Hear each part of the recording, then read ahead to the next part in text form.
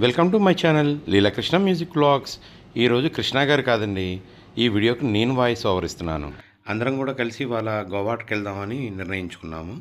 అనుకున్నదే తడువుగా ఎమ్మడే కారు తీసేశారండి.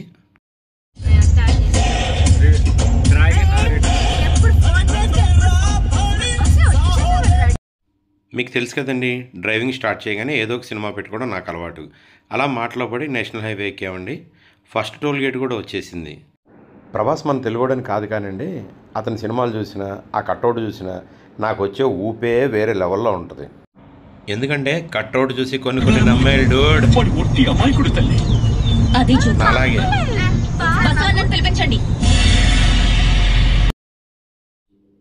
మాటల్లో పడి సెకండ్ టోల్ గేట్ కూడా వచ్చేసింది. తినేయండిరా, మీరు నా డబ్బులని తినేయండి, శుభ్రంగా తినేయండి. సరదాగా సంవత్సరానికి ఒకసారి అయినా ఫ్యామిలీతో లాంగ్ వెకేషన్కి వెళ్తే ఆ సరదానే వేరే. మొత్తానికి అవుటర్ రింగ్ రోడ్కి వచ్చేసామండి.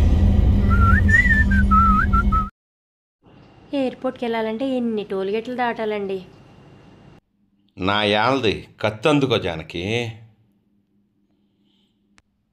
మా ప్రయాణం ఇలా నవ్వుతూ ఆడుతూ పాడుతూ ఉల్లాసంగా ఉత్సాహంగా చక్కగా ఇలా నడుస్తుంది. అవుటర్ రింగ్ రోడ్ కూడా అయిపోయిందండి. Continue straight onto Service Road, signs for Rajiv Gandhi International Airport, then turn right onto National. Hey, car భలే ఉంది కదా. లోపల ఐరన్ మ్యాన్ ఉన్నాడా ఏంటి? జస్ట్ ఫర్ జోకింగ్ అండి. ఇది మహేంద్ర వాళ్ళు కొత్తగా లాంచ్ చేసిన ఈవీ కార్.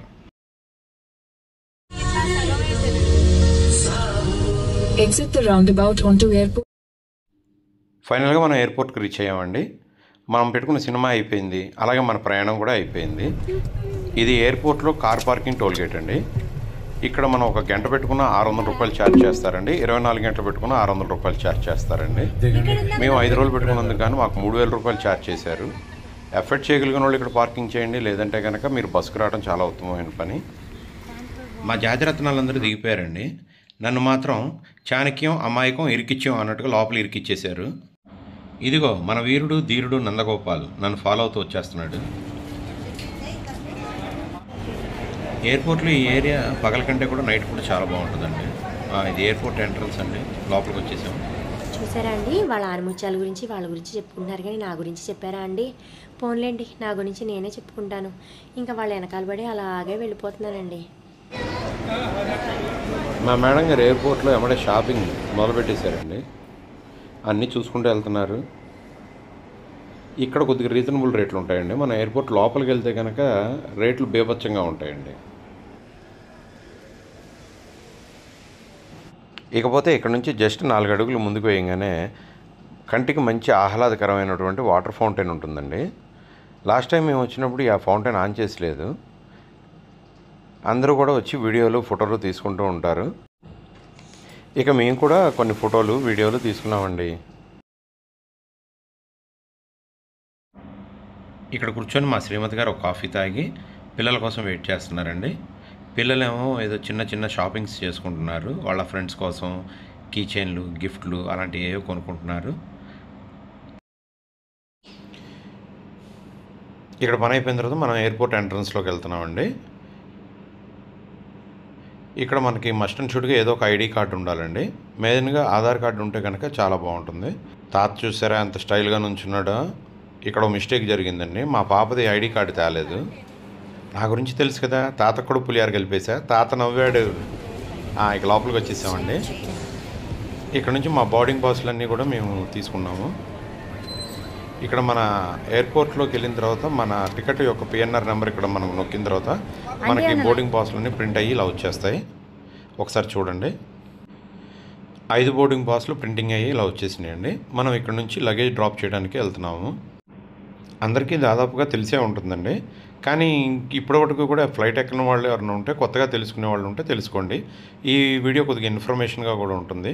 మేము మొత్తం లగేజ్ అంతా లోపల పెట్టేస్తున్నామండి. మీరు ఇక్కడ గమనించాల్సింది ఏంటంటే, మీరు ఇండికోలో కనుక బుక్ చేసుకున్నట్లయితే మీరు ఇండికో క్యాబిన్ దగ్గరికి వెళ్ళాలి. ఎయిర్ ఆసియా దగ్గరికి వెళ్ళినట్లయితే ఎయిర్ ఆసియా క్యాబిన్ దగ్గరికి వెళ్ళాలి. మొత్తం మన లగేజ్ అంతా కూడా చెక్ చేసుకొని వెయిట్ ఎంత ఉందో చూసుకొని మొత్తం వాళ్ళు మన లగేజ్ తీసేసుకుంటారండి. తీసుకున్న తర్వాత మనకి మన బోర్డింగ్ పాస్ల మీద వాళ్ళు స్టాంపింగ్ చేసి ఇస్తారు. స్టాంపింగ్ చేసి ఇచ్చేసిన తర్వాత మేము లోపల ఇమిగ్రేషన్కి వెళ్ళిపోతున్నామండి. ముందుగా మా అబ్బాయి వెళ్ళాడు, మా అమ్మాయి వెళ్ళింది. తర్వాత మా శ్రీమతి గారు మరియు మా అమ్మాయి వాళ్ళ ఫ్రెండ్ వర్షి కూడా లోపలికి వెళ్ళిపోయిందండి. ఫైనల్గా ఇక నేను కూడా లోపలికి వెళ్తున్నానండి. ఇక మిగిలిన మన దగ్గర ఉన్న బ్యాగేజీలు కానీ, మన వాచ్లు కానీ, మన వ్యాలెట్లు కానీ వాళ్ళకి ఇస్తే వాళ్ళు మొత్తం చెక్ చేసేసి ఇచ్చేస్తారు. ఇచ్చేసిన తర్వాత ఇక్కడ నుంచి మేము మా గేట్ నెంబర్కి వెళ్తున్నాం. మాది వచ్చేసి 115 నెంబర్ గేట్ నెంబర్ వచ్చిందండి. మా ఫ్లైట్ బయలుదేరడానికి ఇంకొక గంటన్నర టైం ఉంది. మేము ముందే వచ్చేసాం. నువ్వు నీ కళ్ళతో చూసావా? కళ్ళు చెదిరిపోయేలా ఉంది వర్మ. Mind blowing. ఏరే లెవెల్ వర్మ. ఈ బుజ్జి కనపైన చూడంగానే కొనేయాలనిపించిందండి, కానీ 30,000 చెప్పాడు. సర్లే అని చెప్పి నిదానంగా వచ్చేసాం. ఈ వెంకటేశ్వరం అయితే మనం కొనలేమండి.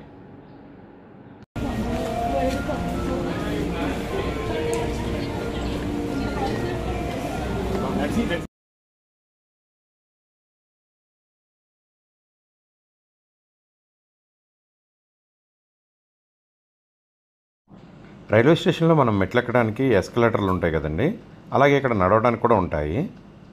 అద్భుతమైన విషయం ఏంటంటే మేము ఎక్కి నుంచున్నాం కానీ మా పక్కన నడుచుకుంటూ వెళ్ళేవాళ్ళు మాకంటే స్పీడ్గా వెళ్ళిపోతున్నారండి. మీరు ఒకసారి గమనించండి. ఇందాక చూసారు కదండి బయట షాపింగ్ మాల్స్, ఇప్పుడు లోపల చూడండి. ఇవన్నీ కూడా షాపింగ్ మాల్స్ అండి. ఇంకా లీలా గారు అంటున్నారు కదా, అమ్మ తల్లి నీకు పుణ్యం ఉంటుంది, ఇక్కడ మాత్రం ఏం కొనకమ్మా, కావాలంటే నీకు గోవా వెళ్ళిన తర్వాత అన్నీ కొనిస్తాను అని అంటున్నారు. సర్లే అని చెప్పేసి నేను కూడా పెద్దగా రిస్క్ తీసుకోలేదండి. సైలెంట్గా వాళ్ళ వెనకాల వీడియో తీసుకుంటూ వెళ్ళిపోతున్నాను అనమాట. మనకి ఏదైనా కానివ్వండి, బయట కానీ లోపల కానీ ఒకటే రేట్స్ రీజనబుల్గా ఉండేది ఒక్కటే ఉంటాయి. అది ఏదైనా ఉంటే కనుక అది KFC ఒక్కటేనండి, ఇంకా ఏది కాదు. మిగతావన్నీ చాలా ఎక్స్పెన్సివ్గా ఉంటాయి.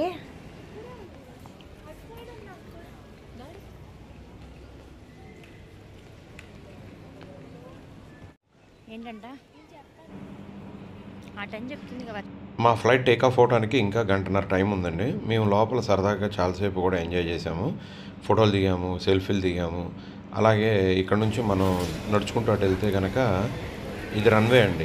ఫ్లైట్స్ అన్నీ కూడా ఇక్కడ నుంచే టేకాఫ్ అవుతాయి, ల్యాండింగ్ కూడా అవుతాయి. మీరు కూడా ఒకసారి చూడండి.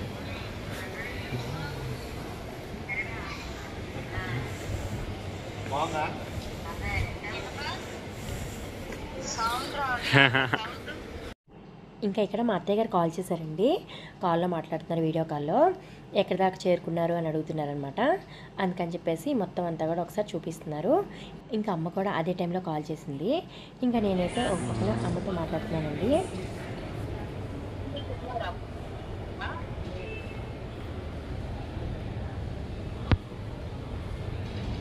ఆల్రెడీ లంచ్ టైం అయిందండి. మేమందరం కూడా ఇక లాంజ్ యాక్సెస్ కోసం వెళ్తున్నాము.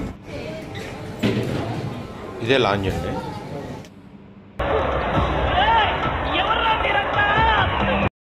మీ అందరికీ తెలిసే ఉంటుందండి, కొన్ని సెలెక్టెడ్ క్రెడిట్ కార్డ్స్ మీద మాత్రం ₹2 స్వైప్ చేసుకొని మనకి లోపల లాంజ్ యాక్సెస్ ఇస్తారు. విడిగా కనుక మనం లాంజ్లోకి వెళ్ళాలంటే ఈ రేట్లు మనకు వర్తిస్తాయండి. ఇకపోతే నా దగ్గర ఉన్న క్రెడిట్ కార్డులు అన్నీ కూడా వాళ్ళకి ఇచ్చేస్తే అందులో కేవలం 3 మాత్రమే నాకు యాక్సెస్ వచ్చిందండి. ఈ 3 కార్డులతో కలిపి మేము 3 మాత్రమే లోపలికి వెళ్ళడానికి అవకాశం కుదిరింది. 3 మాత్రమే లోపలికి వెళ్ళామండి. కృష్ణాను షణ్ముఖి బయటే ఉన్నారు. మేమేదో ₹3 పెట్టి సింపుల్గా చాలా తక్కువ రేట్లో భోజనం చేసాం. కానీ కృష్ణ గారు అలా కాదు కదండి, మంచి రిచ్గా 1500తో హైదరాబాద్ దమ్ బిర్యానీ తిన్నారండి. విత్ లస్సీ కూడా తాగారండోయ్. ఇలాంటి సమయంలో వీరులంతా తరచుగా చెప్పే మాట ఏంటో తెలుసా? ఇక మొదలెడదామా? లంచ్ టైం కదండి, మంచి ఆకలి మీద ఉన్నాము. ఇక నేనైతే ఫుల్గా సద్వినియోగం చేసేసానండి. ఇంకా పిల్లల విషయానికి వస్తే వాళ్ళు పాస్తాలు, నూడిల్స్ అన్ని వెరైటీలు తిని రైస్ తక్కువ తిన్నారండి. ఇకపోతే మన లాంజ్లోనే బార్ కౌంటర్ కూడా ఉందండి, బట్ నాట్ ఫ్రీ, పేబుల్. మన లాంజ్లో ఉన్నాం కదండి. ఇక బయట ఉన్న కృష్ణాను షణ్ముఖి బయట కమ్మటి హైదరాబాద్ బిర్యానీ ఎక్కడ దొరుకుద్దా అని సెర్చ్ చేసి మొత్తానికి సాధించారండి. కానీ అండి కాస్ట్ విషయం పక్కన పెడితే బిర్యానీస్ అయితే చాలా బాగున్నాయి. ఇంకా లస్సీ విషయానికి వస్తే అది కూడా చాలా టేస్టీగా చేశానండి. ఇంకా మేమైతే లంచ్ ఫినిష్ చేసుకుని అందరం ఒక చోటుకి అయితే వచ్చేసాము. ఇంకా ఇక్కడ మా పాప వాళ్ళ ఫ్రెండ్ ఉంది కదండి వర్షి, తను అంటుందిగా అందరూ ఒకసారి పైకి చూడండి ఆంటీ, ఫోటో తీస్తాను అని చెప్పేసి అంది. సరే కదా అని చెప్పేసి అందరం ఒకసారి పైకి చూసామండి. కానీ ఫోటో అయితే అంత బాగా రాలేదనుకోండి. అలా తిరుగుతూ ఇలా తిరుగుతూ మొత్తానికి మన ఫ్లైట్ గాల్లోకి ఎగిరే సమయం ఆసనమైంది. మా ఫ్లైట్ అనౌన్స్మెంట్ అవుతుంది. మేమందరం ఇక లోపలికి వెళ్తున్నామండి. మా టికెట్లన్నీ చెక్ చేసి ఒక్కొక్కళ్ళని పంపిస్తున్నారు. మా టికెట్లన్నీ చెక్కింగ్ అయిపోయిన తర్వాత బయటికి రాగానే ఇక్కడ మనకి ఇండిగో వాళ్ళు బస్సు పెట్టారు. ఈ బస్ జర్నీ మనం జర్నీ చేయవలసిన ఫ్లైట్ దాకా తీసుకెళ్తారండి.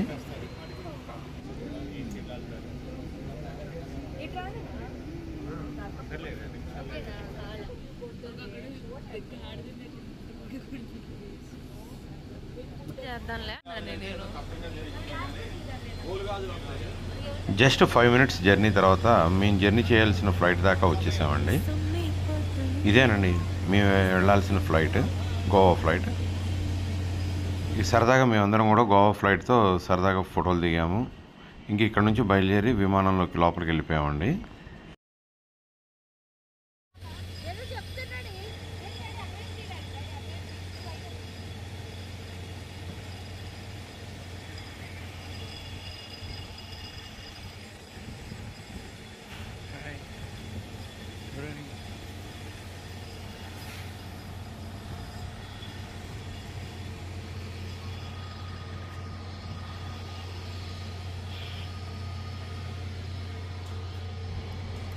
ఇక మేము ఫ్లైట్ ఎక్కేసి మా సీట్స్లో మేము కూర్చుండిపోయామండి. ఇక గోవా జర్నీకి రెడీగా ఉన్నామండి.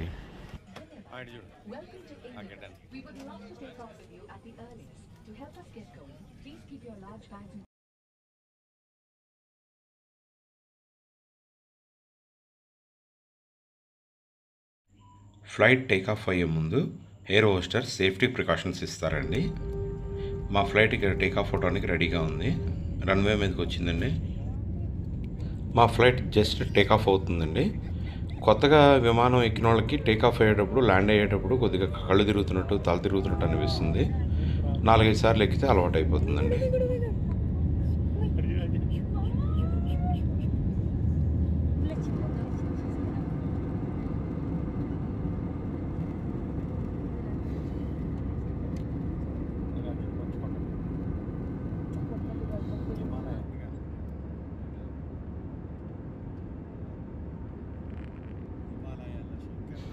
కాన్ఫిడెంట్గా ఇవన్నీ మంచు పర్వతాలు అనుకుంటున్నారేమో, కావండి ఇవన్నీ మేఘాలు. విమానం 3వ లేయర్లోకి వెళ్ళిన తర్వాత మేఘాలు మనకంటే కిందగా ఉంటాయి. నాకు మాత్రం ఎప్పుడు ఈ మేఘాలు చూసినప్పుడు ఒకటే అనిపిస్తుందండి, చిన్నప్పుడు ఇసుక దెబ్బల్లో ఆడుకున్నట్టుగా ఈ మేఘాల్లో దూకి చక్కగా ఆడుకోవాలనిపిస్తుందండి నాకు.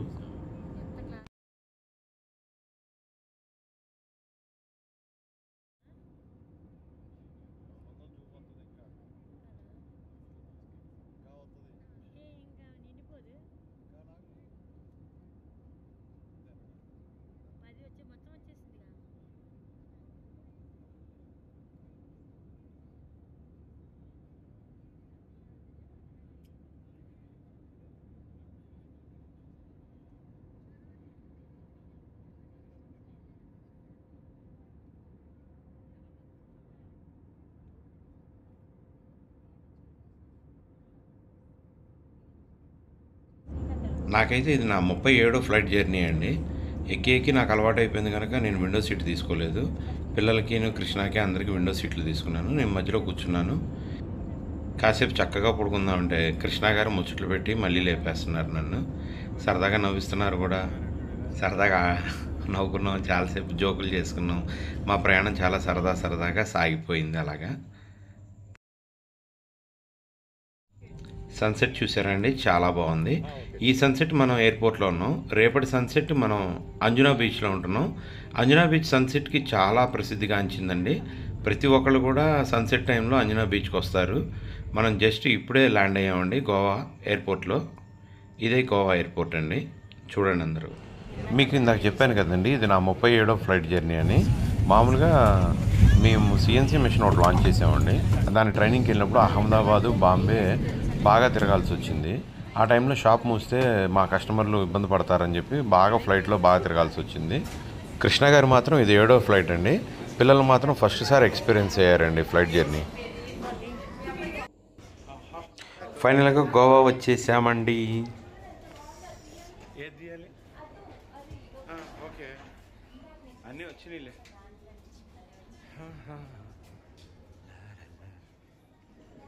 గోవాలో 2 ఎయిర్పోర్ట్లు ఉన్నాయండి. ఇది north Goa airport, Manohar international airport అని అంటారు. ఇప్పుడు మన ఫ్లైట్ ల్యాండ్ అయింది మనోహర్ ఇంటర్నేషనల్ ఎయిర్పోర్ట్ అండి. అలాగే సౌత్లో కూడా ఇంకో ఎయిర్పోర్ట్ ఉందండి, దాని పేరు వచ్చేసి డాబోలియం ఇంటర్నేషనల్ ఎయిర్పోర్ట్ అండి.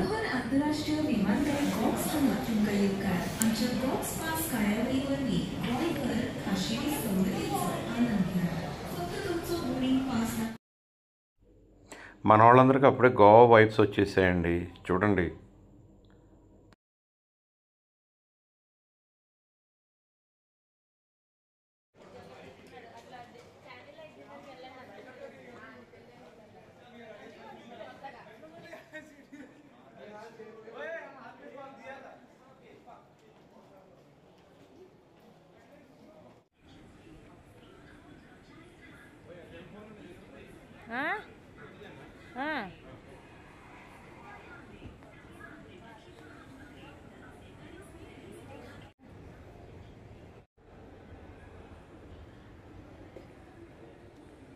హైదరాబాద్లో మన లగేజ్ మొత్తం కూడా అక్కడ ఎయిర్పోర్ట్లో డ్రాప్ చేసాం కదండి.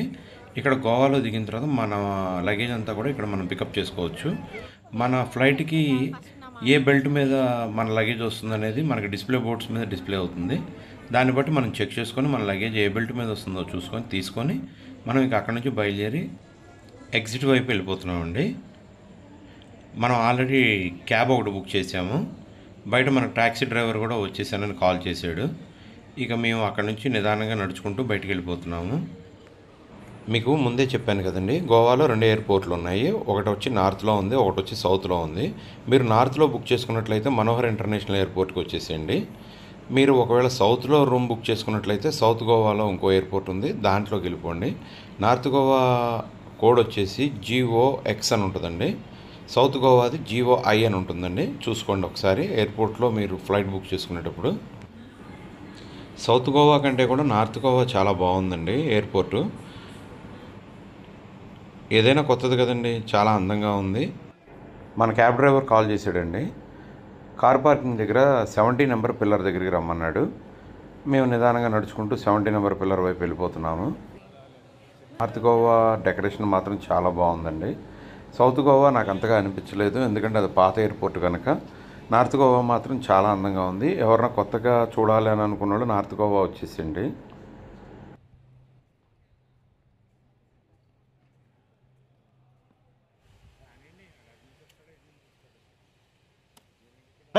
మనం గోవా వచ్చేసాంరా.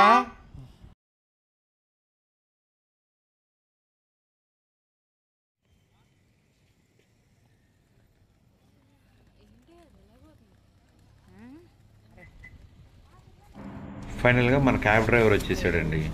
లగేజ్ అంతా కూడా ముందు క్యాబ్లో పెట్టేసాం. తర్వాత మేము కూడా క్యాబ్లో స్టార్ట్ అయ్యాం. మీరు ఎక్కండమ్మా, ప్లీజ్ ప్లీజ్ ఎక్కండమ్మా.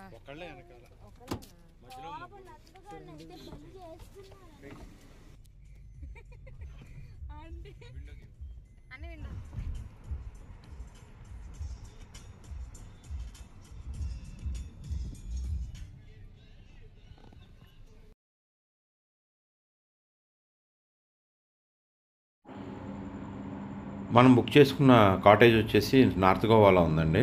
మనం దిగిన ఎయిర్పోర్ట్ కూడా నార్త్ గోవాలోనే ఉంది. అయినా కూడా 40 నిమిషాలు దగ్గర జర్నీ పట్టిందండి మాకు. నేను అంతసేపు పడుతుందని అనుకోలేదు, కానీ కారు వెళుతూనే ఉంది. చీకటి అయిపోయిందండి చివరాఖరికి.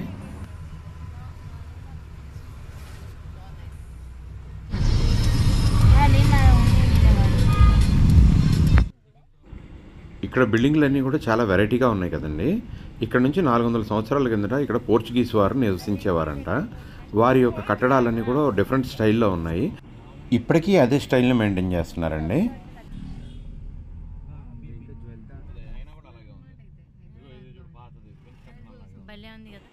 చూసారా, మన మరాఠా వీరుడు ఛత్రపతి శివాజీ. జై భవానీ, జై శివాజీ.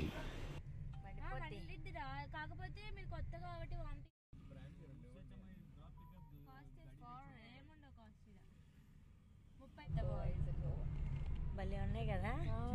చాలా బాగా డెకరేట్ చేస్తారు తెలుసా. ఏడు తిరిగిపోయినా ఒక సందుకి వస్తాం, అంత బాగుంటుంది.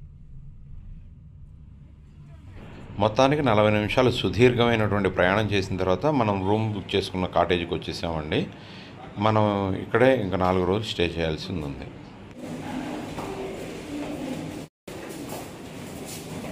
రూమ్స్ అయితే పర్వాలేదండి, బాగానే ఉన్నాయి. మాకు 2 రూమ్స్ ఇచ్చారు. 2 రూముల్లో కూడా ఏసీలు ఉన్నాయి. అటాచ్డ్ బాత్రూమ్ ఉంది.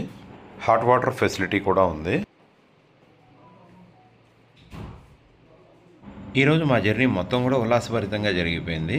రేపటి వీడియోలతో మళ్ళీ కలుద్దాం. సైనింగ్ ఆఫ్ మీ లీలాకృష్ణ.